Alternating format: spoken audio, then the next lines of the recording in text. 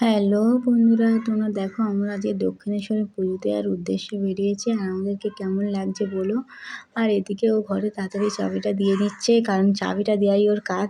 তারপর বেরিয়ে পড়েছি রাস্তায়। আর আমাদের এদিকে রাস্তায় একটু বৃষ্টি হলেই যে এত কাদা যে এদিকে এত ভালো জায়গায়ও যে এটা সুভাষগ্রাম মতো এলাকায়ও এরকম এত কাদা, এত বিচ্ছিরি রাস্তা মানে গ্রামের দিকেও নেই। তারপরে আরও তো সামনের দিকে তো অবস্থা আরও খারাপ, মানে কেউ যদি একটু পাটা পিছলোই তো মানে তার জীবন এখানেই শেষ, মানে হাত পা সে কিছু অবশ্যই ভাঙবেই ভাঙবে।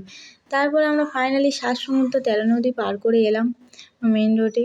তারপরে মেন রোড ধরে যাচ্ছিলাম, তখন আমার বর বলছিল জানি না কী ভিডিও করছিল, কী পোজ দিচ্ছিলাম। তারপরেই তো আমাদের রাস্তার পাশে অনেক শাপলা হয়ে আছে, লাল শাপলা, আর সেগুলোই তোমাদের সাথে শেয়ার করলাম। তারপর আমরা ট্রেনে উঠে গেছিলাম।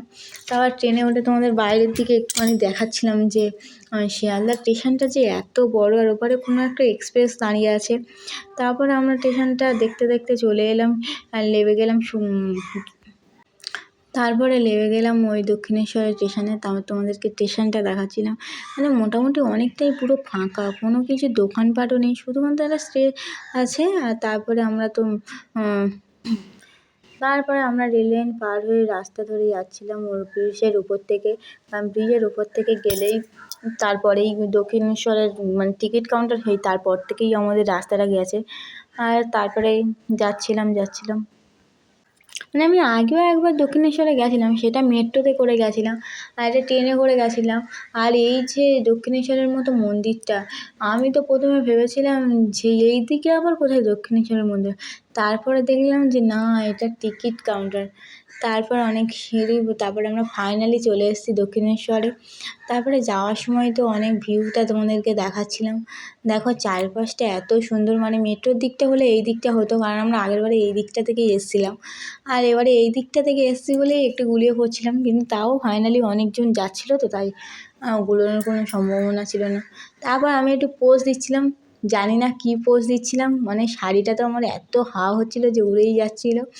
তারপরে তো ফাইনালি পুজোর প্রসাদটা কিনে নিলাম। প্রসাদটা কেনার পরে চলে যাচ্ছি পুজো দিতে। তারপর ওনাদের ওখানে জুতোটা রাখার কথা ছিল, ওনারা বললো না জুতো রেখো না, এত গরম যে রাখতেই পারবে না। তারপরে তো আমরা বেরিয়ে পড়লাম রাস্তাতে। তারপরে এত দোকানপাট, দেখো কত দোকানপাট আছে এখানে। আর এখান থেকে পুজো কিনলে বেশি প্রবলেম এটাই হয় যে কোথাও তুমি যদি ভিতর থেকে না পুজো কেনো না, তাহলে তুমি জুতোটা আর ব্যাগটা তোমার জিনিসপত্র রেখে যেতে পারবে, সেটাও ফ্রিতে। কিন্তু তুমি এইখান থেকে কিনলে তোমার অন্য একটা কাউন্টারে ফের একটা রাখতে হবে, সেখানে একটু টাকা নেবে। আর তারপর আমরা লিফটে উঠে পড়েছিলাম। লিফটে থেকে নেমে আমরা তার লিফটেই পোজ দিচ্ছিলাম, লিফট থেকে নামিনি। তারপরে দক্ষিণেশ্বরের গেট ফাইনালি এলাম, মানে আগে থেকেই আমি ভেবে রেখেছিলাম যে আসবো করে আসাই হচ্ছিল না। তারপরে ফাইনালি এলাম। তোমাদের দক্ষিণেশ্বরের ভিতরের ভিউটা তোমাদেরকে দেখাচ্ছিলাম। আর যেদিনকে আমরা গেছিলাম এত রোদ্দুর যে ধারণা করার বাইরে। আর এখানে একটা রামকৃষ্ণর ফটো দেওয়া ছিল, মানে স্ট্যাচু মতো করা ছিল। তারপর এখানটা তো গাড়ি পার্কিংয়ের জন্য, আর এখানে সাধারণ মানুষদের যাওয়ার জন্য, ওখানে রোডে গাড়ি যাওয়ার জন্য। আর ক্যামেরাটা যে ধরেছিল ভাই আমার বর, একদম বিচ্ছিরি ক্যামেরাম্যান, কোনো ক্যামেরা ধরার নেই, ক্যামেরা কাঁপছে, তোমরা একটু ম্যানেজ করে নিও। তারপর আমরা মন্দিরের পিছন দিকে চলে এলাম গঙ্গার কাছে। গঙ্গার কাছে এসে তোমাদের পিছন দিকে মন্দিরের মানে যে শিবলিঙ্গগুলো আছে না, সেগুলোই দেখাচ্ছিলাম। তারপর আমরা একটু পোজ দিচ্ছিলাম, তারপর উল্টো পাল্টা পোস্ট হয়ে যাচ্ছিলো। তারপর গঙ্গার খালি স্নিগ্ধটা তো দেখো, এত সুন্দর, অনেক এত হাওয়া দিচ্ছে কি জাস্ট বলার মতো। তারপর তোমাদেরকে ভিউটা দেখাচ্ছিলাম। ওখানে অনেকেই স্নান করতে গেছে, অনেকেই স্নান করছিলো। তারপরে গঙ্গাটা তোমাদেরকে দেখাচ্ছিলাম। গঙ্গার ওই পাশেই যেটা দেখা যাচ্ছে ওটা বেলুড় মঠ ছিল। আর আমরা তারপরে পুজো দেওয়ার পরে একটুখানি ফটো তুলে দক্ষিণেশ্বর স্টেশনে আমরা অনেকক্ষণ বসেছিলাম, প্রায় ১-১.৫ ঘন্টা, কারণ ওখানে একটাই লাইন যে ট্রেন যাওয়ার ১-১.৫ ঘন্টা পরেই ট্রেন আসে। তারপরে জানি না কোন সুখে পোজ দিচ্ছিলো।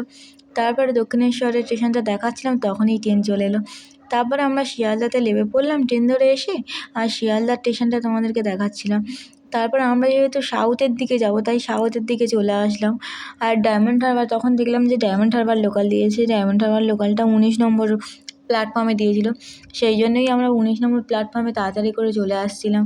তারপর আমরা স্টেশনে নেমে বাড়ি চলে যাচ্ছিলাম। আমরা এখন বাড়ি যাই, তোমরা ভিডিওটা দেখতে